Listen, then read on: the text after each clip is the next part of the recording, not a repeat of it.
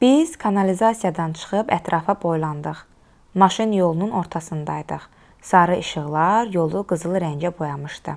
Gecə idi. Göyün üzündə buludlar vardı. Yol kənarındakı binalardan birinin blokuna daxil olduq.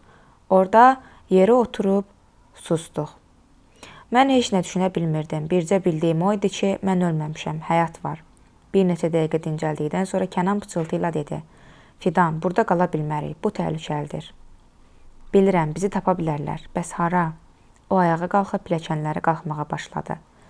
Yuxarı, bəlkə evakuasiya zamanı hansısa evin qapısı açıq qalıb. Biz bir mərtəbələri qalxıb qapıları yoxlayırdıq. Yalnız 4-cü mərtəbədə bir qapının açıq olduğunu gördük. Dəmir qapını itələyib içəri keçdik. Səhər saat 11:30. Mən yataqda yuxudan oyandım. Gözlərimi günəş qamaşdırır və bu hiss mənə çox qəribə gəlirdi. Bir ay yerin altında qalan adam üçün bu işıq çox gür işıq idi. O bir otaqdan notebook klaviaturasının taqqıltısını eşidirdim. Deyəsən Kənan evdə notebook tapmışdı. Fidan, gəl bura, biz bunu bir yerdə görməliyik. Kənan əvvəlcə məşhur xəbər saytlarına daxil oldu. Bura bax Fidan, bir dənə də xəbər saytı işləmir. Bax, bu dünya saytlardır, bu türk saytları. Bu rus, bir dənəsi də işləmir. Bu ərəblərin ən güclü xəbər kanalıdır. Bax, BBC, CNN, hamısı donub. Mən təəccüblənib dedim. Yəni demək istəyirsən ki, evakuasiya günündən sonra heç nə işləmir bütün dünyada. Biz də bunu tapmalıyıq. Bilməliyik ki, həyatımızda nə baş verir. Dünyada nə isə qəribə bir şey olacaq. Məncə biz buna hazır olmalıyıq. O bu sözləri deyib kompüterdə işləməyə başladı. Qəribə kodlar yığır, müxtəlif səhifələr açırdı. Deyəsən, çox güclü proqramist idi. Kompüterdən yaxşı başa çıxırdı. Məni isə qəribə bir yorğunluq bürüyürdü. Evə istəyirdim. Anamın, atamın yanına. Əvvəlki gözəl həyatıma. Əvvəlki normal ailəmə qayıtmaq istəyirdim. Qorxmaq istəmirdim. Bəlkə də bu yuxulu halım məni həqiqətən qorumaq istəyirdi. Çünki ilk dəfə idi ki, qanunu pozub 2 nəfər gözətçini də vurub qaçmışdım. Özü də tanımadığım bir adamla. Birdən bu şübhə məni daha da dərin fikirləşməyə məcbur etdi. Bəs əgər Kənan manyakdırsa, ya xəstədirsə? Axı əmin deyildim ki, kimsə mənə pislik etmək istəyir Bunkerdə. Axı aşağıda real təhlükə görmürdük. Axı əziz kişi, Fikrət müəllim, Aydan. Onlardan şübhələnsək də real təhlükə bircə dünən olmuşdu. O da Kənana görə. Kanalizasiyanın dibində boğula bilərdik. Hamısı da onun şübhələrinə görə. Lap bizi aldadırlar, nə olsun ki? Az aldadıb dövlət, siyasətçilər, nazirliklər, televiziyalar. İndi aldatsalar nə olacaqdı ki? Bəlkə geri qayıtmaq lazımdır. Kənan, Kənan. O kompüterdən ayrılıb səsini çıxardı. Hə, Kənan, gəl geri qayıdaq. Nə qədər gec deyil, gedək üz istəyək. Deyək ki, qorxmuşduq, ona görə qaçdıq. Onlar bizi başa düşərlər. Nə danışırsan sən? Mən gözlərimi onun baxışlarından qaçırdıb dedim. Kənan, demək istəyirəm ki, bəlkə biz səhv eləyirik. Bəlkə doğrudan da bizi aşağıda hansı təhlükədən qoruyurlar. Bəlkə planetə nəsə olacaq və onlar sadəcə insanları gizlədirlər. Kənan diqqətlə mənə baxdı. Sonra pərdələri araladı. Özün bax. Mən ayağa qalxıb pəncərədən baxdım, ancaq indi harda olduğumu təxmini bildim. Bu 5 mərtəbə tərəfləri idi. Maşın yollarında topa-topa maşınlar, hamısının qapısı açıq, bir dənə də adam yox küçədə, bir dənə də motor səsi, musiqi səsi də ya danışıq səsi eşidilmir. Şəhər ölü vəziyyətdə idi. Sanki kimsə düyməni basıb zamanı saxlamışdı. Canlı heç nə yox idi. Bircə qarğalar binaların damlarında uçuşub səs salırdılar. Dünənki yağışdan fərqli olaraq bu gün göyün üzü aydın idi. Adi günəş, adi səma, adi buludlar. Fidan, şəhərə bax, bomboşdur. Bir dənə də adam yoxdur. Hanı bəs skafandrlarda, xüsusi formalarda olan işçilər, hanı polislər, patrollar, xüsusi briqadalar, hanı Bakı Ceyhanın qara buludları. Niyə heç kəs yoxdur? Mən fikirləşirəm ki, ümumiyyətlə heç bir fəlakət zad olmayıb. Heç bir təbii fəlakət də olmayacaq. Əgər bu fəlakətdirsə, vulkan, ya zəlzələ, ya nə isə başqa bir şeydirsə, hanı xüsusi təyinatlar, hanı FHN işçiləri, hanı dövlət təhlükəsizliyi əməkdaşları, hanı, niyə küçələrdə heç kəs yoxdur? Kənan, bəlkə günəşlə bağlı nəsə var, bəlkə günəşdə partlayış olacaq və onlar bunu gözləyirlər, bəlkə hamı gizlənib. Əgər elə olsa, onda hamı xilas olacaq və tək biz öləcəyik. Gəl qayıdaq, hamı necə, biz deyiləm. Kənan mənim bir sözümlə də razı deyildi.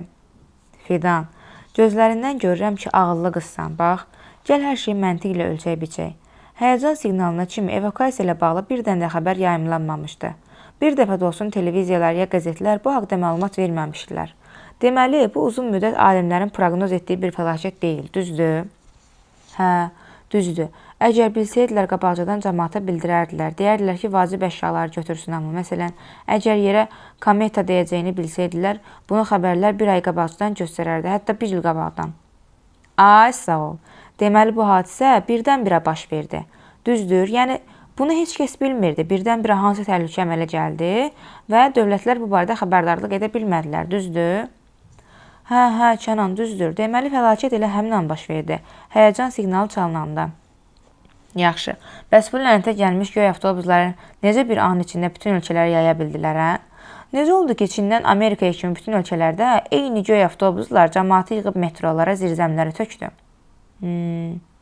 Deməli, dövlətlər bunu əvvəlcədən bilirlərmiş. Bu cür kütləvi evakuasiya üzərində illərlə çalışmaq lazım gələrdi. Hər şey bu qədər professional və dəqiq. Bu səni heç şübhələndirmir? Fikirləşdim və ağlıma başqa bir variant gəldi. Bəlkə doğrudan da nəysə bir fəlakət yaxınlaşdığını bilirdilər, amma bunu ancaq dövlət başçıları bilirdilər və onlar göy avtobusları xalqdan gizlin ölkəyə salıblar ki, heç kəs həyəcanlanmasın, panika olmasın, hamı deyilən yerə getsin, heç kəs qaçmasın. Qaçmasın? Hə, bax, Fidan, mən də sənin kimi əvvəlcə bu varianta inanırdım. Düşünürdüm ki, günəşdə nəsə bir partlayış baş verəcəyini biliblər və cəmaatı panikaya salmamaq üçün buna gizlicə hazırlaşıblar. Amma bir məqamın məntiqini heç cür izah edə bilmədim. Hansı? Viktorina. Onun bu sözündən sonra mən sustum, çünki bunu özüm də anlamırdım. Axı niyə güc-güc suallar verirlər içəridə? Fidan, mən həmin an elə düşündüm ki, bu böyük bir eksperimentdir və cəmaatı yoxlamaq üçün böyük bir şirkət pul ayırıb dövlətə, yerin altında da təcrübə keçirirlər. Amma miqyası biləndən sonra anladım ki, belə güclü təşkilatçılıq heç bir şirkətdə ola bilməz. Onlar ən yaxşı halda 1000-2000 adam üzərində təcrübə apara bilərlər. Milyardlarla insanı yerin altına salmada məqsəd daha qorxulu və daha qəddar ola bilər. Bu sözləri deyəndən sonra o ayağa qalxıb pəncərədən bayıra baxdı. O düz deyirdi. Onun bütün sözlərində məntiq vardı. Demək buna görə çox vaxt susurdu, çünki bilirdi əvvəlcədən nə baş verir. Əziz kişi kimi dayanmadan danışmaqdansa, həqiqətən problemin kökünü axtarırdı. Pəncərədən bayıra baxır, qaşqabağını salırdı. Deyəsən, nəsə xoşuna gəlmirdi. Fidan, sən otur evdə, mən bir neçə dəqiqəyə qayıdacam.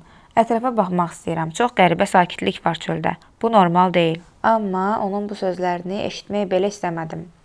Nə danışırsan? Yox, mən ölsəm də burada tək qalan deyiləm. Gediriksə bir yerdə gedək. O mənə baxıb qorxduğumu anladı. Yaxşı Fidan, amma ehtiyatlı və sakit olmaq lazımdır. Gərək elə gedək ki, bizi heç kəs görməsin. Hə, aydındır. Biz blokdan küçəyə çıxdıq. Yavaş addımlarla Kənanın dalıyca gedirdim. Küçələr boş idi. Arada palçıqlı yolda ayağım altında əzilən palçığın səsi sanki 1 kilometr əhatəyə yayılırdı. Bu qədər boş idi şəhər. Diqqətlə ətrafa boylanırdıq. Bütün dükanların qapısı açıq idi. Yolda boş taksilər və bahalı maşınlar sürücüsüz qalmışdı. Bütün maşınlar çirk içində idi. Çirik, yağış suyu, palçıq. Şəhər çox çirkli idi. Hiss olunurdu ki, həftələrlə şəhəri heç kəs süpürməyib. Yaş qəzet kağızları güclə havada fırlanıb yerə enirdi. Kənan, ora bax, exchange də boşdur. Orada pul var. Necə oranı da boş qoyublar? Kənan barmağını dodağına tutub işarə ilə mənə sakit ol dedi. Ətrafa baxır, hər hansı bir hərəkət ya adam axtarırdı. Amma şəhər bomboş idi. Boş küçə ilə üzü aşağı mərkəzə tərəf irəliləyirdik. Küçədə çoxlu ev heyvanları vardı. Pudellər, alman avçarkaları, siam pişiklər dəstə ilə gəzib zibilliklərdə yemək axtarırdılar. Deyəsən ev heyvanları anlamışdılar ki, onların nazı ilə oynayan insanlar yoxdur və uzun əsrlərdən sonra ov eləmək vaxtı gəlib çatıb. Şəhəri üfunət bürümüşdü. Hər yerdən çox pis iyi gəlirdi. Mərkəzi yaxınlaşdıqca pis iyi giclənirdi. Puf, Kənan, iyi hiss eləyirsən? Bu nədir? İyi yəqin restoranlardan gəlir. Bütün məhsullar xarab olub iyilənib. Doğrudan da evakuasiya zamanı masalardakı yeməklər olduğu kimi qalıbsa, deməli onların hamısı çoxdan qurtlayıb və iynə, milçəklər, həşəratlar yığışıb. Biz mum tərəfdən şəhərin mərkəzinə düşdükcə nəbzim sürətlənirdi. Elə bil hazırlaşırdım nəyəsə. Amma gördüyüm məni lap dəhşətə gətirmişdi. Fəvvarələr meydanın yolları iyrənc bir su içində idi. Deyəsən kanalizasiya suyu yuxarı vurmuşdu və şəhərin mərkəzi lap bataqlığa bənzəyirdi. Yəqin dünən həqiqətən də şəhəri sel basıbmış. Kənan suya baxıb dedi. Hə, dünən güclü yağış yağıb. Bütün şəhər su içində olub. Görürsən, kanalizasiya yolları hələ də su ilə doldur. Niyə? Fəlakət olur yavaş-yavaş deməli. Yox. Sadəcə adətən güclü yağış yağanda yeraltı kanalizasiyalar nasosları işə salır və yağış suyunu birbaşa dənizə yönəldirlər. Amma indi heç bir işçi qalmadığından su yuxarı vurub. 100% bunkerdə azca su sızıb və bizim qaçdığımızı görənlər 100% düşünəcəklər ki, biz boğulmuşuq. Mən ona baxdım və bilmədim bu xəbərə sevinim ya pis olum. Biz boğulmuşuq sözü dünənkiləri yadıma saldı. O dəmir pilləkəni və suyu. Yəqin ki, bu mənzərəni heç vaxt unutmayacaqdım. McDonald's tərəfə gedirdik. Küçələrdə insan olmasa da canlılar bol idi. Pişiklər, itlər, sıçovullar, qarğalar. O qədər heyvan vardı ki, elə bil buralar insanlar üçün yox, elə onlar üçün tikilmişdi. Onlar da insanlar kimi burada gəzişir, hərəsi bir restoranın qapısı qarşısında köhnə çürük yeməklərin arasında qida axtarırdım. Bax, şəhərdə sakitlikdir. Ona görə heyvanlar çıxır yuvalarından, maşın səsi, adamlar, heç bir şey yoxdur. 100% yoxdur. Bilmirəm, amma gördüyün kimi sakitlikdir. Mən tamam başqa bir şey gözləyirdim. Bəlkə də hardasa kimlərsə var. Gecə nağılı. Hava qaralana kimi şəhərdə bircə adam da tapa bilmədik. Bunu necə bacardıqları düşünmək belə mümkün deyildi. Arabir küçələrdə qan izlərinə də rast gəlirdik, amma dəqiq bilmək olmurdu bu insan qanıdır, yoxsa yırtıcı heyvanlar, digər ev heyvanlarını hücum ediblər. Hava isə getdikcə qaralır, külək güclənirdi. Şəhər bomboş idi. Gün ərzində olan qorxu, təhlükə daha da artmışdı. Çünki əvvəl gözətçilərdən ya bunkerin işçilərindən qorxurdumsa, indi nədən və niyə qorxacağımı belə bilmirdim. Sadəcə heç nə yox idi. Heç nə. Mən Kənanı məcbur elədim ki, bizə gedək, mənim yaşadığım evə. Hardansa içimdə birisi vardı ki, evdə mənə yazı yazıb qoyun valideynlərim, ya hələ də evdədirlər və gizlənirlər. Biz hətta qorxmadan yolun kənarındakı maşına da mindik ki, vaxtımız itməsin. Binamıza çatdıq, pilləkənləri qalxdım. Kənan da arxamca gəlirdi. Evimizin qapılarının taybatay açıq olduğunu görəndə gözlərim doldu və ilk dəfə belə möhkəm hönkür-hönkür ağlamağa başladım. Evimiz boş idi. Qapılar açıq, yerdə şüşə çilikləri, paltar dolabından sallanan paltarlar. Dizlərimi qucaqlayıb ağlayırdı. Bütün bu hadisə gözümün qabağına gəlirdi. Necə mamanı gəlib aparıblar. O atama zəng eləməyə də vaxt tapmayıb. Elə ev paltarındaca onu düşməyə məcbur ediblər. Daha sonra atamı, anamı ayrı-ayrı bunkerlərdə tək və kimsəsiz təsəvvür elədim. Onlar mənim üçün necə narahat olurlar görəsən. Kiminlə qalır atam? Hansı şəraitdə anamı saxlayırlar? Kənan, mən inanı bilmirəm. Buna inana bilmirəm. İnana bilmirəm. O məni sakitləşdirməyə çalışmır, əksinə istəyirdi ürəkdən ağlayım ki, bu ağrı və qorxu içimdə qalmasın. Tez-tez pəncərədən bayıra baxıb deyirdi ki, burada qalmağımız təhlükəlidir. Çünki birdən bizim qaçdığımızdan və adlarımızdan xəbər tutsalar, buraya gələcəklər birinci. Mən isə başa düşə bilmirdim. Necə oldu ki, sevinc və gülüşlə dolub belə gözəl mənzil indi xarabalığa döndü? Niyə kimlərinsə qərarına görə bizim ailə xoşbəxtliyimiz əlimizdən alınmışdı? Və niyə mən öz evimdən qaçmalıydım? Biraz da otaqları gəzdikdən sonra mənə lazım olan bəzi paltarları götürüb evdən çıxdıq. Yavaş-yavaş aşağı düşüb həyətdəki bir avtomobilə mindik. Bu hansısa Kia idi. İçindən yaxşı ətir gəlirdi. Qəribə disklər vardı, heç vaxt dinləmədiyim hansısa caz musiqisi. Uşaqlıqdan öyrəşmişdim ehtiyat kəmərini bağlamağa və indi bu ehtiyat kəmərində daha da gülünc görünürdüm. Dünyanı məhv edəcək fəlakətdən ehtiyat kəməri ilə qorunmaq istirdim sanki. Kənan yolun kənarına baxır və beynində nə isə qarışdırırdı. Fidan, harda gecələyək? Mən çiyinlərimi çəkdim. O diqqətlə yolun kənarındakı binalara baxıb dedi. Mənə notebook tapmalıyıq. Buralarda bir dükan olmalıydı. Aha, bax bu döngədə, gözlə məni maşında. Dükanın qapısı açıq idi. Kənan avtomobildən enib içəri daxil oldu. Mən ətrafa baxırdım. Demək olar ki, qaranlıq çökmüşdü, amma hələ də yerləri seçmək olurdu. Dükanla üzbəyüzdə ovsuz dükanı da vardı. Niyəsə ağlıma gəldi ki, bu dükana da mən girim. Arxa oturacaqdan böyük çantanı götürüb getdim. Avtomobilin faraları içəriyə işıq saldığından hər şey görünürdü. Ayaqlarım titrəyə-titrəyə vitrinə yaxınlaşıb şüşə qapağı qaldırdım. Burada böyük ovçu bıçağı vardı. Bıçağı götürüb çantanıma atdım. Küncdəki vitrindən də silah, güllə götürüb çantaya yığdım. Tüfəng çantanı çox ağır elədi, güclə saxlayırdım çiynimdə. Daha sonra əl fənəri və binokl götürdüm. Daha sonra göz yaşardıcı qaz balonu, güllələr, tapanca və əlimə nə keçsə atdım çantama. Kənan artıq o biri dükandan çıxırdı. Tələsə-tələsə ətrafa baxdım və çox ac olduğumu hiss elədim. Heyf, burada yemək satılmırdı. Fidan, gəl bura, ora niyə girmisən? Gəldim. Mən tələsik dükandan çıxıb maşına yaxınlaşdım. Kənanın əlində 2 böyük notebook qutusu vardı. Niyəsə özümü bu an daha xeyirli hiss edirdim. O notebook götürüb, amma mən əsil silah. Kənan, məncə bunlar bizə daha çox lazım olacaq. Kənan diqqətlə ətrafa baxıb dedi. Yaxşı, otur maşına, yemək də tapmalıyıq. Biz yola çıxıb harada yemək tapa biləcəyimizi düşünürdük. Fidan, bu tərəflərdə supermarket harda var? Sür aşağıya. Orada sirkdən aşağıda rahat market olmalıdır. Biz rahat marketin qarşısında dayanıb diqqətlə qaranlığa baxdıq. Kənan, sən əminsən ki, biz bu qaranlıq yerə girməliyik? Buranın işığı sönmüşdü. Mən fənəri çıxardıb kənara uzatdım. Daha sonra özüm onun qolundan yapışdım. Bilmirəm, istəyirsən mənim barədə gözlə, tez bir şeylər götürüb gəlirəm. Mən başımı yellədim. Yox, heç dilinə də gətirmə bunu. Burada qaranlıqda tək qalan deyiləm. Yavaş-yavaş içəri daxil olduq. Bu çox böyük market idi. İçəri üfunət qoxuyurdu. Milçək vızıltısı və qaranlığı, böyük rəflərdə çürümüş məhsullar, lap cəhənnəmə bənzəyirdi. Elə bil, zombi filmlərindəki atılmış bir padval idi bu market. Supermarketlər həmişə ən işıqlı, gözəl musiqili yerlərdən biri olur. İndi isə cəhənnəmin alt qatı idi. Kənandan elə bərk yapışmışdım ki, dırnaqlarım onun köynəyini deşə bilərdi. Fənəri o yan bu yana çevirir, nəsə axtarırdıq. Yavaşca pıçıldadım.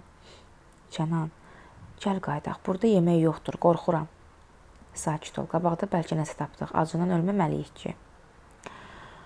Rəflərdə tualet kağızı, diş fırçaları, şampunlar, bir sözlə hər şey vardı. Biz biraz da içəri girir, digər rəflərə baxırdıq.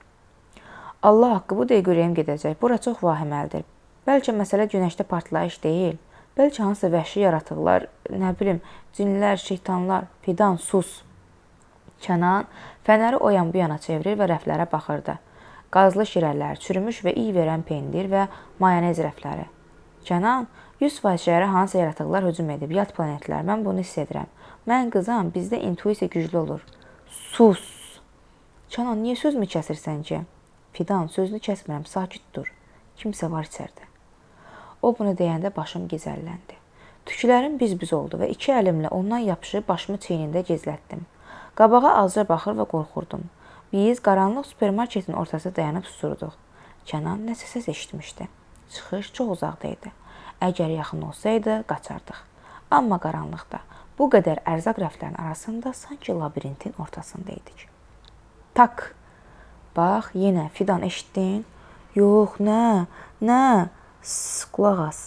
Mən diqqətlə qulaq asmağa çalışdım. Uzaqdan bir çıqqıltı gəldi, sol tərəfdən, uzaqda. Daha sonra həmin çıqqıltı sağ tərəfdən gəldi.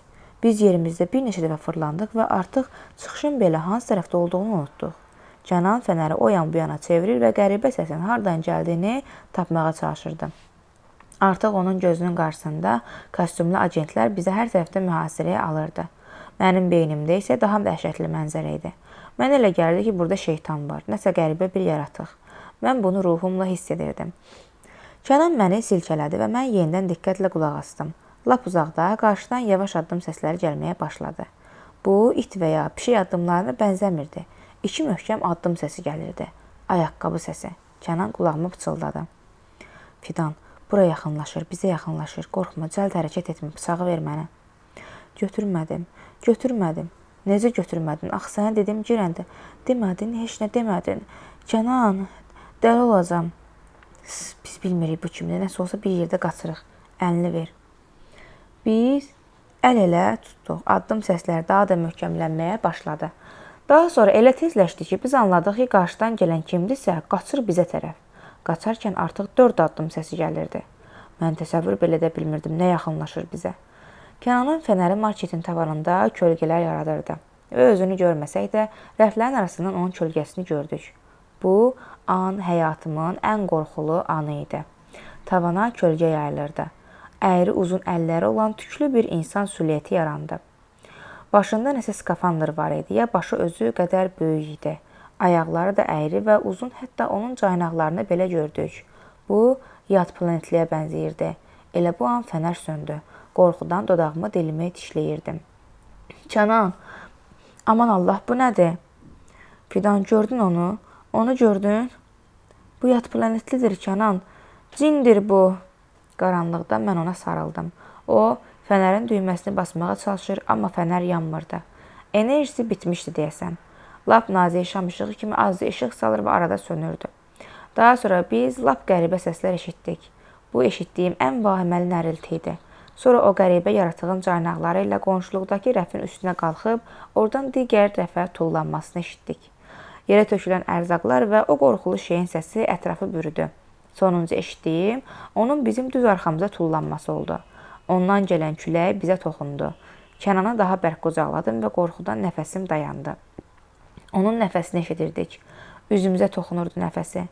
Kənan tez-tez düyməni basıb sonda fənəri əlinə çırpdı və işıq yandı. Gözümüzün qarşısında bu qırmızı gözləri görüb ikimiz də bağırdıq. Gözlərim qaraldı, başım gicəlləndi. O yad planetli də bağırdı, biz də bağırdıq. Kənan fənəri düz onun üzünə tutanda birdən gördüyümüz mənzərə bizi dəli elədi. O bağırmır, qəhqəhə ilə gülürdü. Bu meymun idi. Başına vedrə taxılmış qara şimpanzi. Bizə baxır və qəhqəhə çəkirdi, başını yelləyirdi. Başındakı qırmızı vedrə lap faşistlərin kaskasına oxşuyurdu. Əynində kişi kostyumu da vardı. Dişlərini ağardır, yumruqları ilə başındakı vedrəyə döyürdü. Biz də dəli kimi ona baxır, nə baş verdiyini anlamağa çalışırdıq. Bu sadəcə meymun idi. Sirkdəki meymun. Az qaldığından sirkə ən yaxın supermarketdə özünə yer eləmişdi. Mənim gözlərimdən yaş axırdı. Həm ağlayırdım, həm gülürdüm. Kənan yerə oturub, əlləri ilə başını tutur, bu gülünc vəziyyətə düşdüyündən utanır, başını yellədərək gülümsəyirdi. Axmaq meymun, pis meymun, dəli elədin bizi, dəli elədin. Kənan bu sözü deyəndən sonra meymun ona əlini uzatdı və dişlərini ağardı, başını silkələdi. Bu əhəlləşdirilmiş meymun idi. Kənan da ona əlini uzatdı. Meymun onun əlindən tutub əlini cibinə saldı və oradan bir şey çıxardıb Kənanın ovzuna qoydu. Bu gəmirilmiş, yarı açıq, içindən balıq qırıntıları süzülən konserv idi.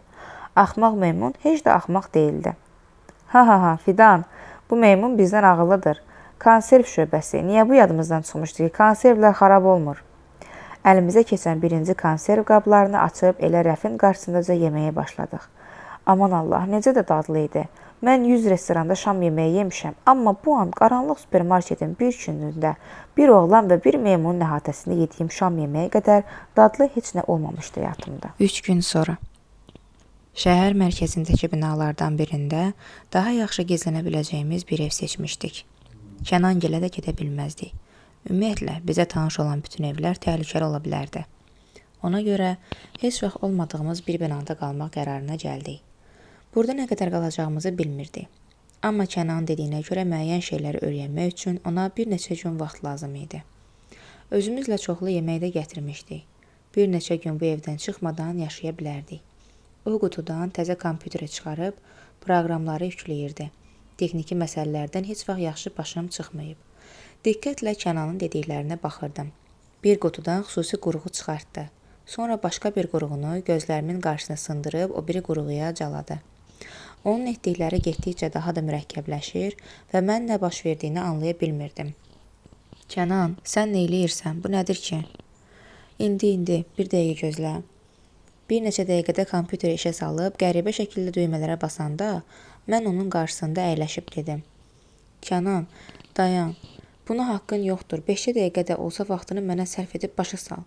3 gündür sən nə eləyirsən? Bu nə qurğulardır, bu nə düymələrdir basırsan? Niyə? O diqqətlə mənə baxıb kompüteri kənara qoydu. Biraz fikirləşəndən sonra dedi. Necə deyim sənə? Mənim sadəcə kompüterdən başım çıxır. Nə olsun ki? Biz indi ona görə burada bu işlə məşğuluq. Sənin başın çıxır deyə, dünyada bir nəfər də adam yoxdur, hamı yerin altında. Biz izi kompüterlə oynayırıq. Yox, düz başa sala bilməyəcəm səni. Sadəcə belə deyim. Hacker bilirsən nə deməkdir? Mən bu sözü eşitmişdim, amma dəqiq nə olduğunu bilmirdim. Bircə bilirdim ki, hakerlər saytları dağıda bilirlər. Dəqiq yox. Nə demək istəyirsən? Ya da proqramistlik. Bilmirəm. Necə daha uyğun olar? Bu nə deməkdir ki, necə bu işlə məşğul olursan? Əslində bunu sənə çoxdan deyə bilərdim, amma səbəb yox idi. Mən məşhur bir kampaniyanın can güdəniyəm. Mən onun zəif arıq bədəninə baxdım və nəsə inanmağım gəlmədi. Necə yəni can güdən? Fidan, bu sənin bildiyin can güdənlərdən deyil. Bu internet canını güdəndir. Mən onların internet sistemini gündə yüzlərlə hakerdən qoruyuram. Bu necə olur? Mən heç nə başa düşmürəm. Gəl sənə əvvəldən danışım. Var normal internet, kompüter, sənin girdiyin Facebook, YouTube və s. Bir də var serverlər və skriptlər, domenlər və açarlar, sistem və şifrələr. Mən uşaqlıqdan bununla maraqlanırdım və ilk dəfə 14 yaşımda Bakıdakı məşhur bir bankın qoruyucu sistemini dağıtmışdım. Bu bir gün çəkdi və işi gizli saxladılar. Onların xüsusi alqoritmini öyrənib bankdan öz hesabıma $50 yükləmişdim. Bizim MTN bir neçə gündən sonra evimizin qapısını döydü. Mən onda uşaq idim. Bilmirdim ki, bu sistem belə yaxşı işləyir. Onlar da sadəcə 18 yaşım tamam olmadığı üçün məni cəzalandırmadılar. Valideynlərimə 100 manat cərimə yazdılar. Mənə də bir il kompüterə yaxınlaşmağa qadağan etdilər. Amma mən elə səhəri gün MTN hesabından 100 manatı valideynlərimin hesabına qaytardım. Başa düşürəm, bu ağılsızlıq idi, 14 yaşım vardı. Çılğın idim. Onlara öz gücümü göstərmək istəyirdim. Bax, bundan sonra qapımızı ikinci dəfə döyən əməkdaşların üzü gülürdü. Onlar evimizə gəlib mənə cərimə eləməkdən, mənim qeyri-adi istedadımdan, bacarığımdan ağız dolusu danışdılar. Bu məni çox təəccübləndirdi. Mənimlə şəxsi söhbətdə mənə müəyyən təklifləri də oldu. Dedilər, hələ bu qədər dərinlərə gedə bilən ikinci adam tanımırlar. Mən diqqətlə qulaq asır, amma başa düşə bilmirdim ki, bu işdə istedad deyəndə nəyi nəzərdə tutur? Başa düşmürəm, bu işdə nə istedad ola bilər ki? Kənan gülümsəyib əlini kompüterin üstünə qoydu. Sadə dillə desək, mən kompüterin dilini bilirəm. O hansı dildə başa düşür, nədən qorxur, hansı zarafatları onunla eləmək olar, necə ondan xahiş eləmək olar, necə onunla dost olmaq olar, ya necə ona rüşvət vermək olar. Nə? Kompüterə rüşvət? Bilirəm, sən heç nə başa düşmürsən. Bu tamam başqa bir dünya, tamam başqa bir sistemdir. Bunu ancaq kompüteri yaxşı bilənlər anlayır. Deməli, sən kompüterdən öz hesabına pul keçirə bilirsən. Buna da deyirsən kompüterlə dostluq. Yox Fidan, hakerlik daha qəliz işdir. Düzdür, indi çoxdur özünü haker hesab edən gənclər. Birçə elektron ünvanı dağıda bilir, saytın indeksinə şəkil ata bilir və buna hakerlik deyilir. Biz onları sadəcə fake adlandırırıq. Siz? Biz deyəndə mən hakerləri, güclü proqramistləri nəzərdə tuturam. Bilirsən, bu ayrı bir millətdir. Xüsusi bir etiqad da demək olar buna. Yəni sən demək istəyirsən ki, MTN-də o boyda texniki işçilər ola-ola. Onlara bir uşaq lazım oldu. Şablon düşünməmək. Əsas budur. Demək, bu kodeksə görə 40 yaşlı texniklə təzəcə kompüterə yandırmağı öyrənən uşağın haker olmaq şansı eynidir. Axı, uşaq böyükdən fərqli olaraq şablon düşünmür. Yaxşı, kodeks, modeks bunları bildim. Bəs nə mənası var ki, hakerin? Nə deməkdir bu? Niyə lazımdır ki? Bilirsən, mən sənin kompüterinə girib, heç xəbərin olmadan web kameranı yandırıb, paltar dəyişdiyim vaxt səni çəkə bilərəm. Sonra həmin şeyi internetə qoya bilərəm. Ya da güclü haker bütün ölkənin svetofor sistemini idarə eləyə bilər. Bircə düyməyə basmaqla svetoforun rəngini dəyişər və yüzlərlə maşın bir-birinə dəyər. Hələ mən dövlət sirləri, televiziya kanallarına canlı yayınma, porno qoymaq kimi şeylər demirəm. Yaxşı, bu ki dələduzluq və axmaqlıqdır. Yox, bu gücdür, çox böyük gücdür. Təsəvvür elə Azərbaycanla Ermənistanın arasında müharibə başlayır. Səncə səngərdəki hərbçilərin xəbəri var, nə etmək lazımdır? Onlar xəritələrində işarə cızmaqla heç nə eləyə bilməzlər. Amma mənim kimi bir professional proqramçı bütün Ermənistanda işıqları bir həftəlik söndürə bilər. Bilirsən, bu nə deməkdir? Yəni, bütün soyuducular işləmir və yeməklər xarab olur. Əgər qışdırsa, elektriklə qızınan bütün kazarmalarda əskərlər xəstələnir. Telefon əlaqəsi kəsilir, təyyarələr və vertolyotlar naviqasiya işləmədiyindən havaya qalxa bilmir. Gecə işıqlar olmur və əskərlər hazırlana bilmirlər. Yəni, sən bunların hamısını eləyə bilirsən? Yox, demək olmaz. Mən sadəcə daxili serverlərdən bəzilərində müəyyən şeylər eləyə bilirəm. Amma xarici serverlərə birləşmədə çətinlik çəkirəm. Bilirsən, bu özü riyaziyyat kimi bir şeydir. Bəzi şeylər asan, bəzi şeylər çətin olur. Mən Kənana diqqətlə baxıb, yavaş-yavaş onun niyə əvvəl belə sirli və sakit olduğunu anladım. İndi sən MTN agentisən? Yox, məni götürdülər, amma 2 il sonra mən çıxdım. Sadəcə orada olan çətin şərait məni sıxdı. Şəxsi həyatımın olmadığını gördüm. Belə deyək, hakerliyə atdım bir müddətli və keçdim bu biri cəbhəyə. Bu biri cəbhə? Hə, onlar, yəni artıq biz yüksək səviyyəli xakerlər idik və böyük korporasiyalar, şirkətlər və firmaları xaker hücumlarından qoruyurduq. Gündə 100-ə yaxın hücum olur, müxtəlif məqsədli. Bəziləri yeniyetmə xakerlərdir, sadəcə güclərini yoxlamaq üçün edirlər. Bəziləri korporasiya, rəqib firmaların xakerlərdir. Bununla rəqabətdə qabağa düşmək istəyirlər. Necə? Təsəvvür elə ki, mən Hyundai firmasında qoruyucuyam və onun rəqibi Mercedes gizlicə xakerini göndərir Hyundai sisteminə. Xaker Hyundai maşın qayırma zavodunun kompüterləşdirilmiş bazasına girir və avtomatlaşdırılmış alətlərdən 1 sm sağa tərpədir. Bundan heç kəsin xəbəri olmur, amma 1 sm sağa əyilmiş formada istehsal olunmuş maşın bir aydan sonra qəzaya uğrayır, təkəri cırılır, yer sükan müvazinətini itirir. Bəs indi nə etməliyik biz? Niyə götürmüsən bu kompüteri? Mən istəyirəm metroya bağlanmaq. Necə yəni? Fidan, hamı metrodadır, yerin altında. Yadına gəlir, metroda nə qədər kameralar vardı. Mən kameralara bağlana bilsəm, əgər bu güclü serverlə metronun serverini tapa bilsəm, biz bütün stansiyalardan görüntülər ala biləcəyik. Bu fikirlər məni daha da qorxutdu. Bir anlıq kövrəldim də. Harda və hansı şəraitdə olduğum yadıma düşdü. Bunu bilmək dəhşətli idi. Biz ikimiz qalmışdıq. İkimiz. Fidan, bilirəm pis olmusan, amma biz bilmirik hamama göndərilənlərin sonu necə olub. Niyəsə əminəm ki, orada qalsaydıq bizi daha pis aqibət gözləyəcəkdi. Mənə bir iki saat vaxt ver sistemə daxil olam. Kameralarla içəriyə baxaq. And içərəm ki, görsək ki, şübhəli bir şey yoxdur, günün sabah gedərik ən yaxın stansiyaya və mən deyərəm ki, səni güclə qaçırtmışam. Sənə işin olmaz. Amma mən əminəm, 100% əminəm ki, biz qaçmaqda düz elədik. Mən onu rahat buraxıb mətbəxə keçdim. Qazı yandırıb qaynanmış suyu qızdırdım.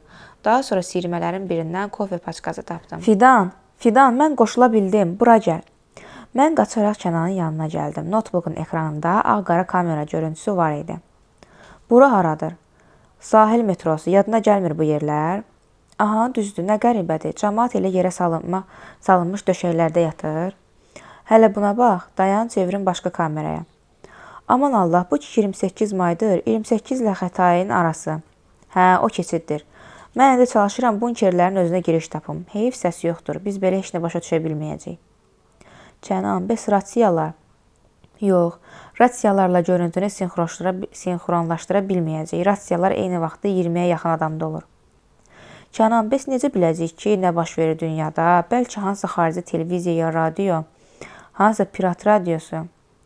Hələ bilmirəm, əlimdən gələn ancaq bu zəhrimara qalmış kameralardır. Mən Kənanın gözlərinə baxdım. Onun gözlərində ümid yox idi. Bir daha necə zəif olduğumuzu anlayırdım. Kənan, mən ölmək istəmirəm. O mənə baxıb sakitcə dedi. Mən də istəmirəm, ona görə də biz buradayıq. Bunun cavabını bilmək üçün, niyə bunların baş verdiyini anlamaq üçün.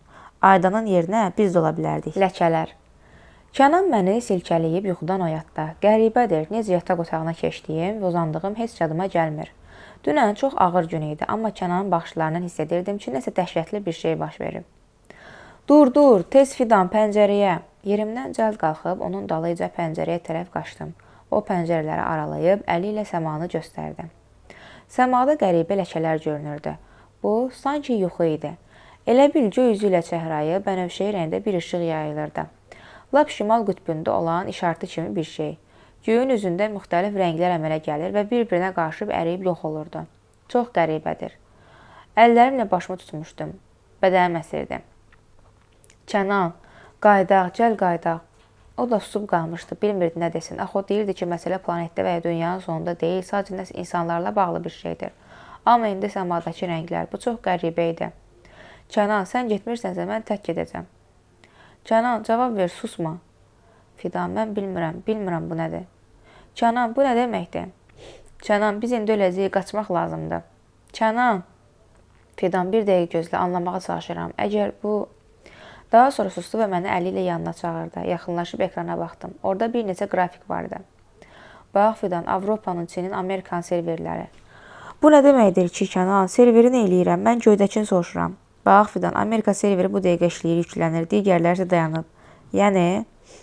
Yəni ki, bu göydəki işıqlar Amerikadan yayıla bilər. Bu hansısa peykdən ola bilər. Elə bunu demişdi ki, ekrandakı şkal aşağı indi və qrafikdəki hərəkət dondu. Biz pəncərəyə tərəf qaçdıq. İşıqlar da kəsilmişdi. Kənan dırnaqlarını çeynəyərək o yan bu yana gəzdi. Fidan, bu zəhrimara qalmış sistemi çözmək lazımdır. Kənan kompüterə yaxınlaşıb yenidən serverlərə birləşdi. Bir neçə saat dayanmadan onları incələdi. Mən isə otaqdan çıxmışdım. Soyuducudan konserv açıb yeyirdim. Özümü çox faydasız və xeyirsiz hiss edirdim. Elə bil bütün baş verənləri Kənan həll eləyir. O çıxış yol axtarır, mən isə suallar verirdim. Görəsən bu doğrudurmu? Görəsən atam hardadır indi? Bəs əziz kişi və Fikrət müəllim, onlar nə fikirləşiblər bizim ikimizin də yox olmağımız barədə? Kənan mənə çağıranda üzünə qəribə bir qorxu, ümidsizlik çökmüşdü. Səbəbini soruşmağa belə qorxurdum. Fidan, 21 mart, gördüyün işıqlar, 21 mart nəsə pis bir şey olacaq. Mən ayın tarixini yadına salmağa çalışdım. Martın əvvəlləri idi, amma dəqiq neçəsi olduğunu bilmirdim. Nə mənada Kənan, nə olacaq ki? O mənə ekranı göstərib dedi. Bu işıqlar NASA ilə bağlıdır. Alyaska ştatında HARP adlı stansiyanın köməyi ilə əmələ gəlir. Mən diqqətlə ekrana baxdım.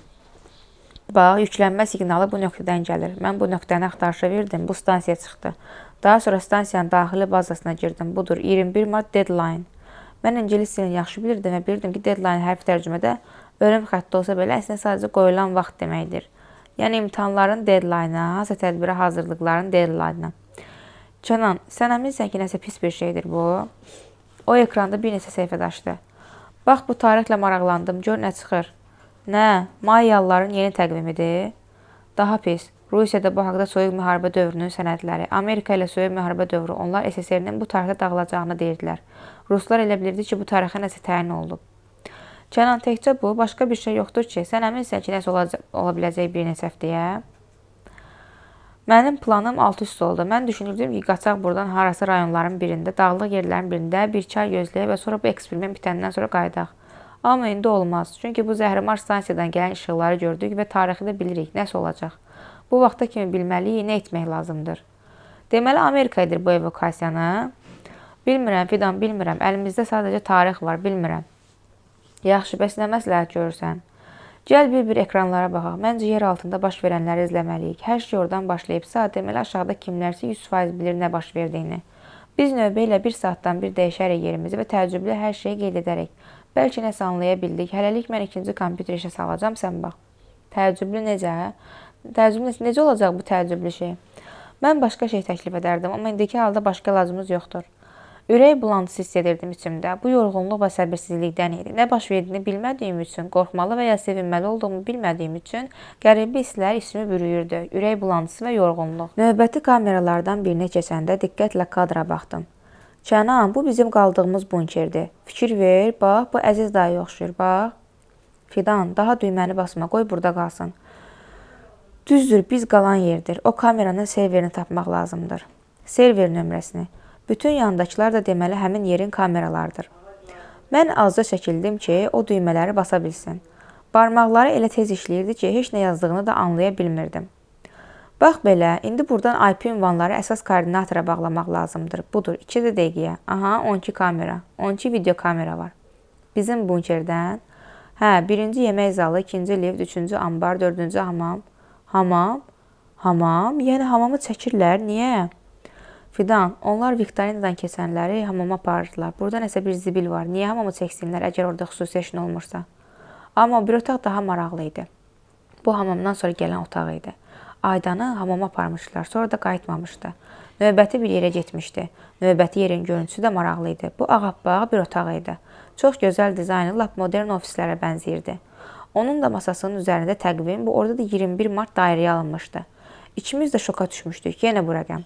Həm də niyə yerin altında hamamın yanında belə geniş, təmiz bir otaq düzəltsinlər ki? Mən Kənana baxdım, o da mənə. Özümüzü Misir ehramlarının sirrini tapan arxeoloqlar kimi hiss edirdik. Bunkerlə bağlı ilk şübhəli anı yaşayırdım. Həqiqətən şübhəli. Kənan ekranı ikiyə böldü və hamamla bu otağı eyni vaxtda göstərdi. İçəridə heç kəs yox idi. Fidan, biz bunu gözləməliyik, hamam gününü. Viktorinadan sonraki hamam gününü. Amma səs eşidilmir.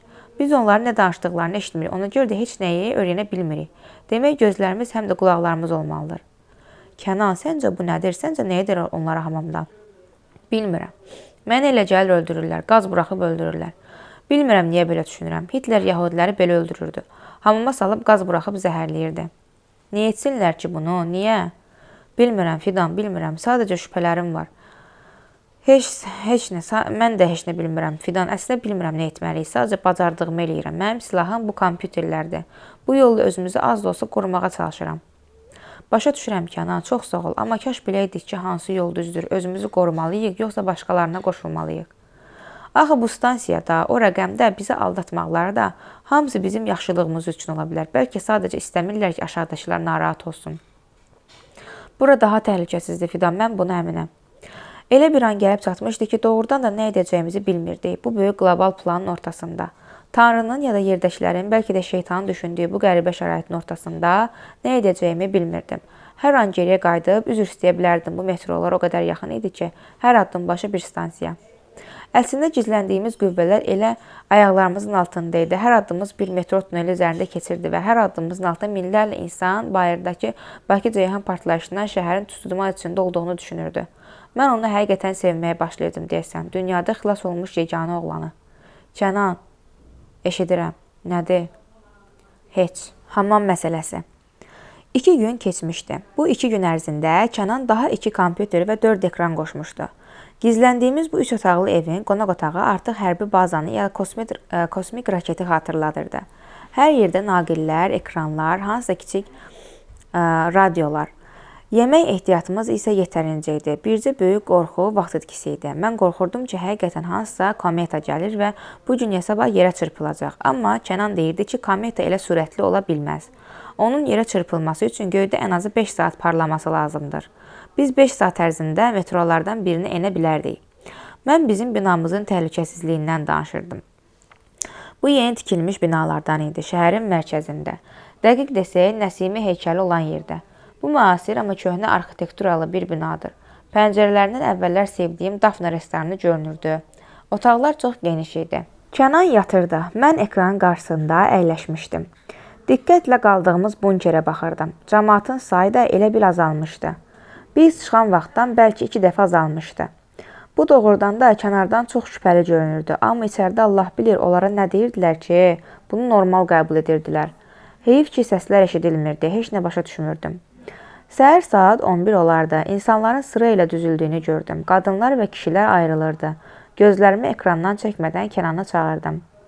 Kənan, dur! Kənan səsimi oyanıb mızıldandı. Mən ekrana baxırdım. Doğrudan da içəriyə gedənlərin adları siyahıdan oxundu. Bu dəfə əziz kişinin əlini qaldırdığını gördüm. Onun bu kameraya yaxın olduğundan seçə bilmişdim. Digər tanış üzlər də vardı. Mən o biri ekranda hamam və hamamdan sonraki otağın görüntüsünə də hazır eləmişdim. Onlar növbəyə düzüldükcə hamamdan sonraki ofisin qapısının açıldığını gördüm. Gözüm o ekrandan bu ekrana qaçırdı. İçəriyə həmin Ağsifət Skandinav daxil olub saatına baxdı. Daha sonra bəyaz masanın qarşısında əyləşib barmaqlarını masanın üzərinə vurmağa başladı. Hiss olunurdu ki, səbirsizdir. Nəyisə gözləyir. Bu biri ekranda artıq sıralama hazır idi. 20 qadın və 20 kişi var idi hardasa. Kənan, gəl, başlayır. Bax, düzülüblər. O biri otaqda da Ağsifət kişi. Fidan, əla, nə yaxşı yuxuya getməmsən. İndi biz hər şeyi biləcəyik. Bu Ağsifət nə eləyir ofis otağında? Hamamdan çimib çıxanları qarşılayacaq, ya necə? Ambar gözətçiləri hamamın qapısını açdılar və kişilər hamam otağına daxil oldular. Paltarlarını soyunub küncdəki asılqanlardan asmağa başladılar. Bu həm çox ayıb, həm çox qorxulu, həm çox həyəcanlı an idi. Bilmirdim bu kişilərə baxam, yoxsa üzümü çevirim. Kənan da bilmirdi nə idi. Yəni doğrudanmı biz 20 nəfər yekə kişinin çinməyinə baxacaqdıq. Duşlar açılan andan görüntü azca dumanlandı və biz onları tam görmürdük. Kişilər 2-2 duşların altında yuyunmağa başladılar. Əziz dayı da onların arasındaydı. Çox qəribə idi. Burada belə kişilərlə danışır, əllərlə nəyəsə başa salırdı. O bir otaqdakı Skandinav o yan bu yana gəzişir, həyəcanla gözləyirdi.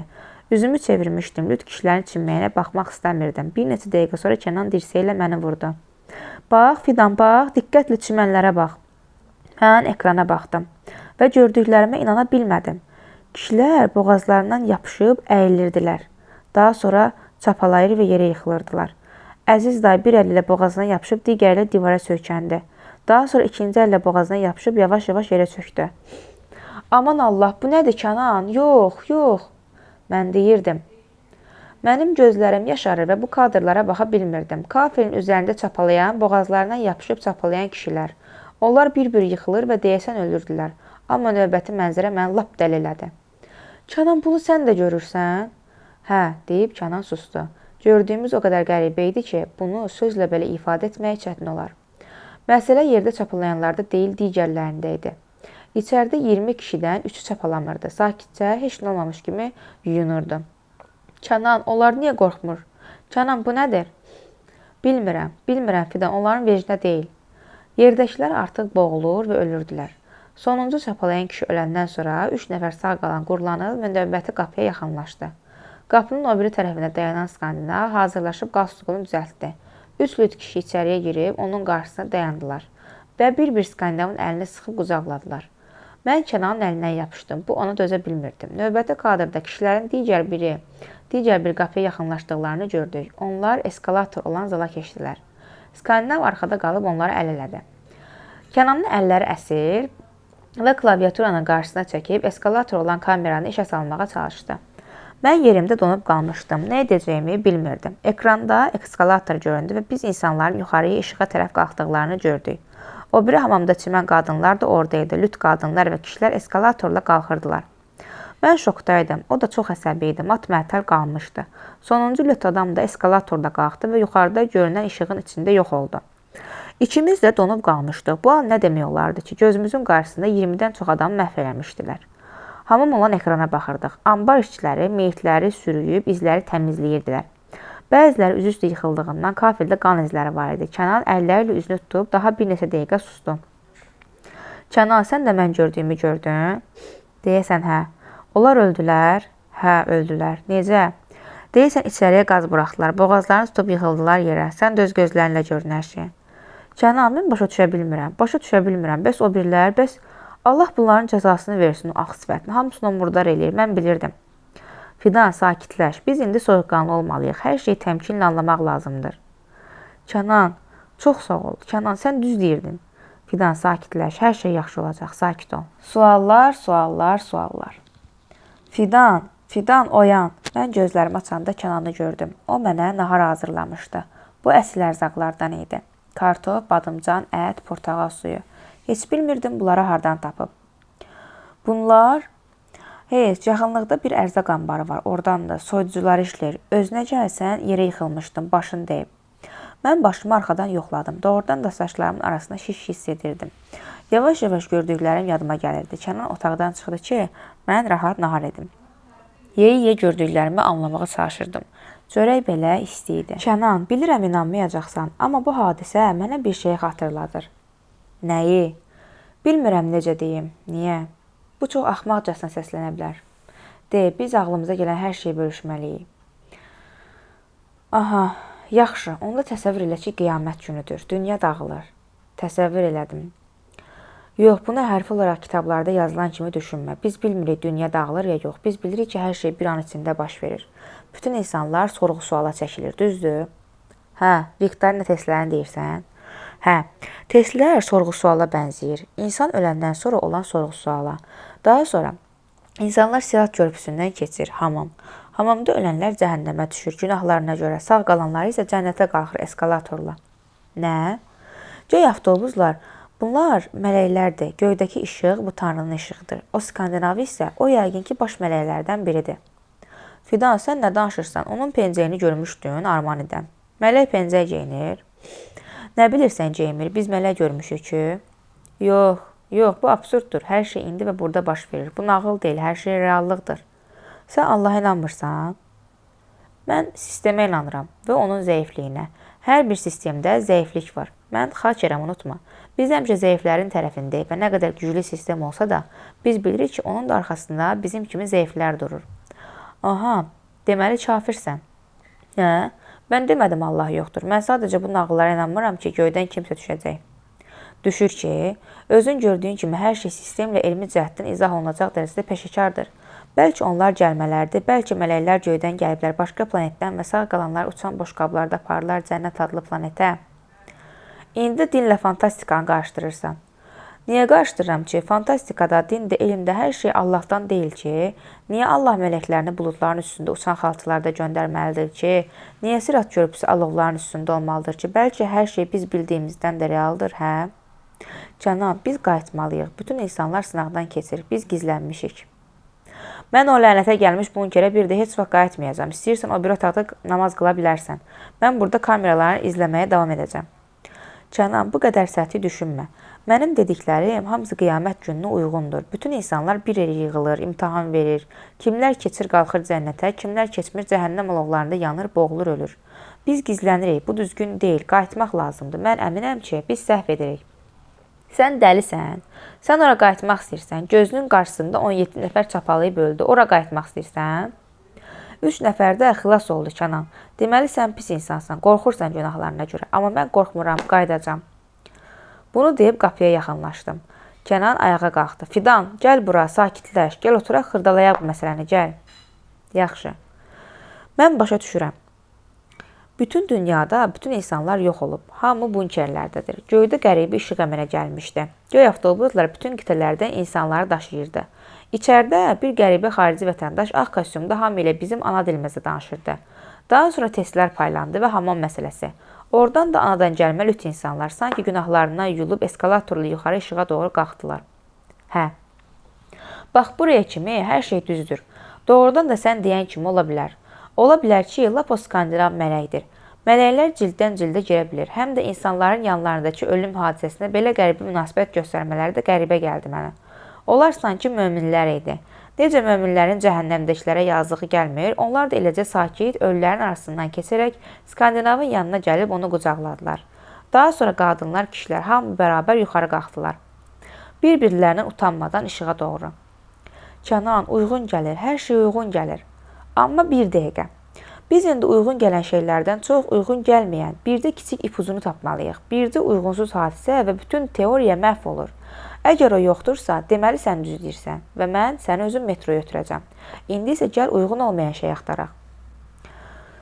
Canan gözlərini o yan bu yana qaçıraraq düşünürdü. Deyəsən o da şübhələnmişdi, amma kompüterlər və şifrələr ona hər şey soyuq beyinlər reallığa uyğun düşünməyi də öyrətmişdi. Fidan, sən demək istəyirsən ki, biz artıq ölmüşük, nəsə bir partlayış olub və hamımız ölmüşük. Hə, Canan, biz ölmüşük və bunker yeraltı dünyadır, qəbir əzabıdır. Onda o dedi, əgər əldedirsə, demək biz ölə bilmərik ikinci dəfə, düzdür? Hə, Canan, ölə bilmərik, çünki artıq ölmüşük. Canan, mən qayıdıram bunkerə, nə istəyirsən elə. Sən tamam ağlını itirmisən. Onun nə üçün çıxdığını anlamadım. Amma o bir otaqda nə isə axtardığını eşidirdim. Geriyə qaydanda əlindəki tapancanı götürüb dəli oldum. Bu ovçu dükanından götürdüyüm tapancaydı. 3-ə qədər sayıb tətiyi çəkəcəm. Əgər həqiqətən öldüyünə inanırsansa, qırağa çəkilmə. Mən tapancanın qarşısında dayandım və sustum. 1, 2, bütün bədənimdən sanki yüksək elektrik cərəyanı keçdi. Ayaqlarım əsdi və 3 sayını eşitməmiş qorxub bir addım kənara çəkildim. Bunu görən Canan tətiyi çəkdi və tapancanın boş olduğunu göstərdi. Fidan, sənin bu fikrində bu qədər təhlükəlidir. Ağlından çıxart, gedib özünü təslim etmə. Əgər bu həqiqətən də sınaqdırsa və yuxarıdakı Allah elə ağıllı və mərhəmətlidirsə, o bizi 100% başa düşəcək. Biz sadəcə xilas olmağa çalışırıq. Mən Kənanın yanında divanda əyləşdim və bir müddət sustum. Doğrudan da ağlım çaşırdı mənim. Fikirləşməməliydim belə şeylər. Bu fikirlər çox təhlükəli idi. Kənan mənim əlimdən tutub sakitcə dedi. Fidan, mən bilirəm, sən qorxursan, mən də qorxuram və inan ki, bizim azadlıqda keçirdiyimiz bu qorxulu anlar içəridəkilərin yalanla keçən günlərindən daha yaxşıdır. Biz artıq hamamda boğulmuş ola bilərdik. Ona görə hər əlavə gün bizim qələbəmizdir artıq. Yaxşı Kənan, bəs biz indi nə eləyək, nə etmək lazımdır? O əzlaf Ağsifətin kim olduğunu tapmalıyıq. O əzlaf hər şeyi bilir. Hər şeyin başında da elə o durur. Necə bunkerdə gəzişir, hər yerdə nəzarət edir. Fidan, divin canı şüşədədir. Bizim sualların cavabı da o əcnəbidən. Skandinav və ya ağ paltarlı kişi. 2 gün idi ki, Kənan kompüterin qarşısından durmurdu. Gözləri qızarmışdı, saçları dağınıq idi. Mən beynimdə hələ də axirəti düşünür və o bir otaqda Kənandan gizlincə dua edirdim. Deyəsən, biz doğrudan da hamımız o həyəcan siqnalı olanda ölmüşdük və indi baş verənlər hamısı hesab sınaqdır. Amma Kənan əmin idi ki, bunu insanlar törədib.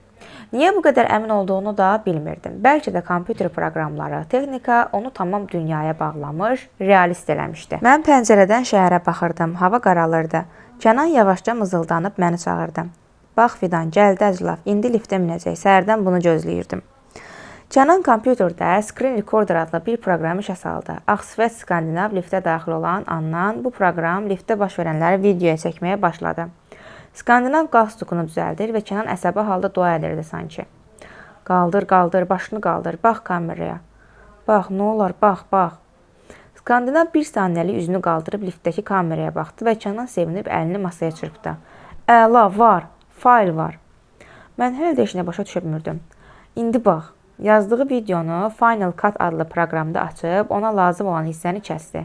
Bu, Skandinavın kameraya baxdığı hissə idi. Burada onun üzü aydın seçilirdi. Daha sonra həmin hissəni kompüterin yaddaşına şəkil faylı kimi verdi. Növbəti kadrda şəkli Photoshop proqramında açdı və qara hala salıb üzün kənarındakı bütün ləkələri sildi və yenidən yaddaşı verdi. Kənan, nə eləyirsən sən? Biz indi onun axtarış sisteminə verəcəyik. Nə? Axtarışı verəcəyik? O xarici vətəndaşdır, Azərbaycanlıya oxşamır. Mən əminliklə deyə bilərəm ki, bu adam bu yarım il ərzində gəlib Bakıya hardansa Avropadan. O təmiz Azərbaycanca danışırdı, Kənan. Fidan, o agent ola bilər. Kənan o bir ekranda bir pəncərə açıb dedi. Düz bir sutkadır, bunu işə salmağa çalışırdım. Axır çalındı. Bu bizim MTN-nin xüsusi proqramıdır. Aeroportda quraşdırılmış sistemdir. Nə proqramı? Xarici ölkəyə uçanda insanlar kameraya baxırlar. Bax, həmin an kamera onların şəklini çəkib bu ümumi bazı götürür. Mənim yadıma düşdü. Biz ailəlikcə Türkiyəyə gedəndə aeroportda bir xanım məndən xahiş etdi ki, yuxarıdakı kameraya baxım, o mənim şəklimi çəkəcək. Hə, Kənan, bildim hansı kameranı deyirsən. Uçanlar haqqında məlumat toplayırlar registrasiyada. Amma bu təkcə onun haqqında məlumat toplamaq üçün deyil. Bu şəkil xüsusi skaner proqramı vasitəsilə özünə uyğun sifətləri axtarır və əgər bu üzlü olan adam əvvəllər ölkəyə başqa adla daxil olubsa, sistem bunu müəyyən edə bilir. Fidan, aeroportda təkcə şəklimizi çəkmirlər, həm də bizi digər üzvlərlə müqayisə edirlər ki, saxta adam olmayaq. Bax, bu adamın da sifətinin şəklini indi bu proqrama salacağıq. Sənədlər bazasından onun üzündə olan adı tapacağıq. Biz növbəti 20 dəqiqəni susaraq keçirdik. Doğrudan da danışılası nə vardı ki? Sistemdə Skandinavın ikinci şəkli çıxdı. Kənan barmağı ilə onu göstərib dedi. Bax, bax, sistem onu tapdı. Bax, eyni sifət. Altda da haqqında məlumat. Bu, Doğrifdir. Görürsən, Azərbaycanlı deyil. Bura bax, gəliş-gediş tarixləri. Bu adam hər ay bir dəfə də olsa Amerikaya uçub qayıdır. Bu agentdir, Fidan. Bu adam agentdir. Bax, Doğrif, Luizana ştatında anadan olub. Hüquq təhsili var. 28 yaşından mərkəzi poçt xidmətində kuryer olaraq çalışır. Ailəli deyil. Kənan, görürsən, nə iş var poçtalyon Bakıda Bakı-Ceyhan partlayışında cəmaata ağıl versin? Niyə? Fidan, bunlar hamı doluyublar. Hüquq fakültəsini bitirən poçtalyon işləmir 30 il. Poçtalyon işləyən subay qalmır və Amerikanın subay poçtalyonları Azərbaycan dilində təmiz danışmır. O ki qaldı ayda bir dəfə bura gəlib girməyə, bunu heç müzakirə etmək də istəmirəm. Mən 100% əminəm ki, onu Bakıdakı vəziyyəti nəzarət etmək üçün göndəriblər. Kənan ayağa qalxıb pəncərəyə yaxınlaşdı. Sonra mənə baxıb dedi. Fidan, biz bütün sualları onun özünə verəcəyik. Nə danışırsan, necə? Bilmirəm. Onu tutmağın yolunu tapmalıyıq. Artıq bir həftədən çox idi ki, onu kameralarla güdürdü. Hamam hadisəsi bir dəfə də təkrarlanmışdı. Bu dəfə Kənan yol polisinin küçə kameralarında işə salıb, lüt adamların haraya getdiyini görə bilmişdi. Onlar eyni göy avtobuslara minir və avtobuslar Şıxov istiqamətində gedirdi. Bundan sonra növbəti kameralar olmadığından heç nə bilmirdi. Amma avtobuslar onları şəhərdən kənara çıxarırdı. Hamamda boğulmuş adamların meyitləri kanalizasiya və böyük yük maşınları vasitəsilə dənizə tullanırdı. Dəniz sahilinə gedəndə bunun şahidi də olmuşduq. Yüzlərlə meyit su üzərində yığılıb qalır, bəziləri dibə enir, bəziləri suyun üzərində şişir, ağarır, çürüyürdü. Yüzlərlə Bakı qağayısı bu meyitlərin üzərində uçuşur, bəziləri cəsarət toplayıb lüt düşmüş meyitlərin ətini didir və yenidən havaya qalxırdılar. Kənan çox inamlı idi. Pəncərələri xüsusi izolyasiya edici materiallarla bağlanmışdı ki, çölə işıq belə düşməsin. Amma içəri işıq gəlirdi. O meyitləri görəndən sonra belə eləmişdi. İçəridə bir neçə silahımız vardı. Bu döyüş filminə bənzəyirdi. Amma mən bilirdim ki, bu həqiqətən baş verir. Biz qəhrəman deyildik, heç qəhrəman deyildik. Amma başqa yolumuz da yox idi. Nəsə bir tədbir görməliydik. Kənanın planı var idi. Kənana demişdim ki, gəl heç nə etmədən gözləyək. Çünki artıq bilirik ki, astronomik fəlakət olmayacaq. Bu insanların işidir. Kənansa göydə yanan işıqları yadıma salıb demişdi ki, 100% onlar bütün dünyanı hansı silahla məhv edəcəklər. Hansı yeni həyat başlayır ki, hər şey bitir, hər şey məhv olurdu. Kənan kompüterdə eşələnir və məni artıq bezdirirdi də. Nə qədər olar bu balaca ekranın qarşısında oturmaq və bu balaca ekrandan bütün dünyanı dəyişməyə çalışmaq. Hanı onun böyük tüfəngi və qırmızı avtomobili niyə bir-bir pis adamları öldürə-öldürə məni buralardan qaçırtmır? Hətta gülməyə tutmuşdu məni. O boyda Milli Təhlükəsizlik Nazirliyində işləmiş bir adam, karate-do və boks çempionu, snayper, güclü əməliyyatçı ola bilərdi. Amma mənim bəxtimdən o proqramist idi. Sadəcə ofis proqramisti. Fidan, tapdım. Bax, ölkəmizə girən bütün xarici vətəndaşlar uzun müddətli viza üçün yaşayış məntəqəsindən arayış gətirməlidir. Bu bizim miqrasiya sənədlərinə daxil olur. Bax, bu sənəddir. Bax, Fidan, NİD-in qaldığı ünvan. Mən Kənanın gözlərinə baxdım. Yəni o doğrudan əmin idi ki, biz oraya getməliyik. Bu qəti və işıqlı baxışlar əminlikdən xəbər verirdi. Fidan, həmin mənzil haqda arayışlar topladım. Bu onun şəxsi mənzilidir. 10 il əvvəl alıb. Biz oraya getməliyik. Mən inanmıram ki, o gecələr metroda yatır. 100% xarabasına qayıdır. O qayıtmamış, biz evi yoxlamalıyıq. Kənan, olmaz. Onun evinə getmək ölmək deməkdir. Allah bilir necə qoruyurlar o evi. Yox, heç kəs qorumur. Heç kəs yoxlamır. Görmürsən? Bütün küçələr bomboşdur. Onlar heç nə yoxlamırlar. Yaxşı Kənan, bəs sənə bu təəccüblü gəlmir? Təəccüblü gəlmir ki, bütün şəhəri 5 dəqiqə yerin altına yığıblar, amma bir dənə də olsun patrulya əli silahlı gözətçi yoxdur şəhərdə. Fidan, əgər bütün şəhər əhalisi yerin altındadırsa, gözətçilər nəyə lazım? Adamlar bağlı bir tələdədir. Yuxarıda bircə lift qalxır. Onun içində 4 nəfər yerləşir. 2cə gözətçi bəsdir ki, bir bunker adamı yuxarı buraxmasın. Onlar üsyan eləsələr də sadəcə lifti yuxarıdan söndürə bilərlər. Bu tələdir Fidan. Hamı da öz xoşu ilə o tələyə düşüb. Bəs düşməyənlər, sən əminsən ki, hamı düşüb, cinayətçilər var, bomj var, nə bilim, sadəcə düşmək istəməyənlər var. Kubinka cəmaatı, Sovetski, Yasamal o kişiləri yerindən tərpətmək olar. Lap dinən dünya dağılır, deyəcəklər ki, biz bir şey fikirləşərik, siz gedin. Fidan, yerdəki qan izləri bəs nədir? Asfaltda arada gördüyümüz ləkələr nədir?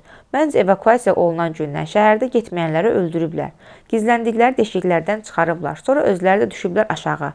Ya da gediblər başqa ölkələrdə eyni şey eləməyə. Bilmirəm. Bunu düşünməmişəm. Amma şəhərdə heç kəsin olmaması mənə normal gəlir. Çünki onların fikrincə hamını tutublar. Dediyinə tam inanmasam da onunla razılaşmaq məcburiyyətində qaldım. Yaxşı Kənan, sənin təklifin nədir? Deməli belə, Neyt hər səhər saat 7-də ilk dəfə bu kamerada peyda olur. Gün ərzində də 2 dəfə yemək yeyir. Bu zalda digər işçilərlə bir yerdə. Arada bu kamerada sonuncu dəfə görünüb öz kabinetinə keçir və anketləri yoxlayır. Demək olar ki, günün çox hissəsi anket yoxlamağa gedir. İnsanları öyrənir, onları sıralayır və kağızları 5-6 qrupa ayırır. Daha sonra bu kamerada görünür və metrodan çıxır. Onun dalıyca böyük bir maşın gəlir. Bu maşına minəndən sonra biz kadrı itiririk. Amma mən əminəm ki, o evinə qayıdır Fidan. Biz səhər onun evinə getməliyik. Səhər tezdən o evdən çıxan kimi, axşama kimi vaxtımız olacaq. Əgər onun kompüteri varsa, mən bütün işləri həll edə bilərəm. Biz ancaq Nedin evində bilə bilərik ki, 21 marta qədər nə eləməliyik və nə baş verəcək. Orada 100% hansı sənədlər var, hansı ipucular var. Onunla razılaşmaqdan başqa yolum yox idi. Kənanı orada itirib, sonra bu mənzilə tək qalmaqdansa onun yanında olmaq yaxşıdır. Nə olur olsun.